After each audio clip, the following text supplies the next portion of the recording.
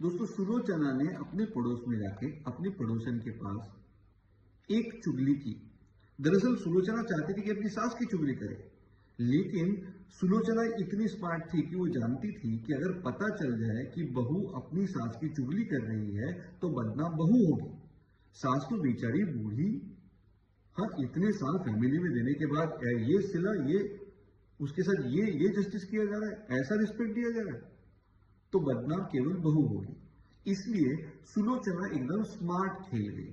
सुलोचना ने क्या किया, तो सुलोचना ने अपने पड़ोस में जाके पड़ोसन के पास चुगली तो जरूर की, लेकिन नाम अपनी सास का नहीं लिया। उसने बोला कि मेरी एक दोस्त है सविता, उसकी सास तो भैया ओ माय गॉड इतनी भयंकर है ना, पता नहीं कब भगवान करे जल्दी से उठा ले, इतनी डेंजर है, इतने ताने देती है, इतना परेशान करती है, और सारे लक्षण अपनी सास के बता रही है। अब पड़ोसन भी होशियार थी, वो तो समझ तो गई कि ये बता अपनी सास के बारे में, लेकिन नाम तो सविता की सास का लिया जा रहा है और पड़ोसन सविता को जानती तक नहीं, तो चुगली करेगी तो किसके पास करेगी। ऐसा करके सुलोचना ने अपना जो दिल का जो मैल था वो तो साफ करा लिया, वो तो बोल गई, वो तो जो बोलने की भड़ास निकाल गई, लेकिन उसके ऊपर कोई ब्लेम नहीं है। यही कर रही है शमा मोहम्मद। शमा मोहम्मद असल में बोलना चाहती है कि इस दुनिया का सबसे अनइम्प्रेसिव लीडर है राहुल गांधी, लेकिन वो बोल नहीं सकती कि वो खुद कांग्रेस में है, तो वो क्या करेगी। अब वो कर रही है कि रोहित शर्मा को पकड़ लो, जैसे उसने सुलोचना ने सविता को पकड़ लिया और सविता की सास को पकड़ लिया, वैसे ही शमा मोहम्मद रोहित शर्मा को पकड़ के बोल रही है कि रोहित शर्मा अनइम्प्रेसिव लीडर है।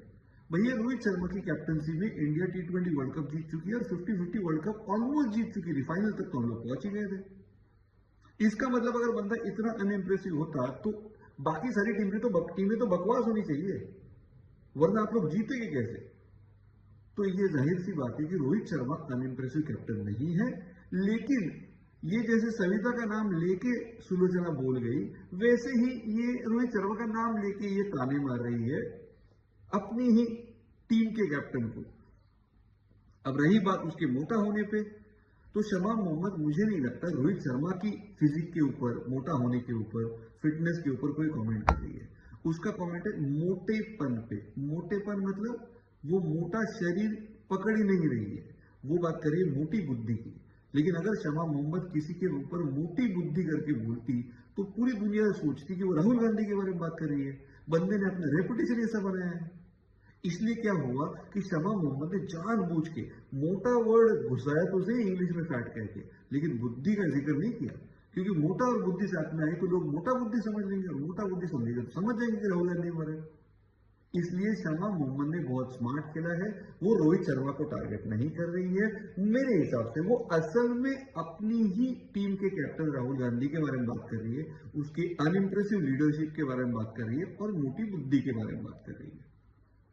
अगर आप शमा मोहम्मद की जगह होते तो क्या करते। अगर आपने बहुत कुछ सहा है, आपके बहुत सारे आइडियाज बिना वजह रिजेक्ट हो रहे हैं, तो आप क्या करोगे।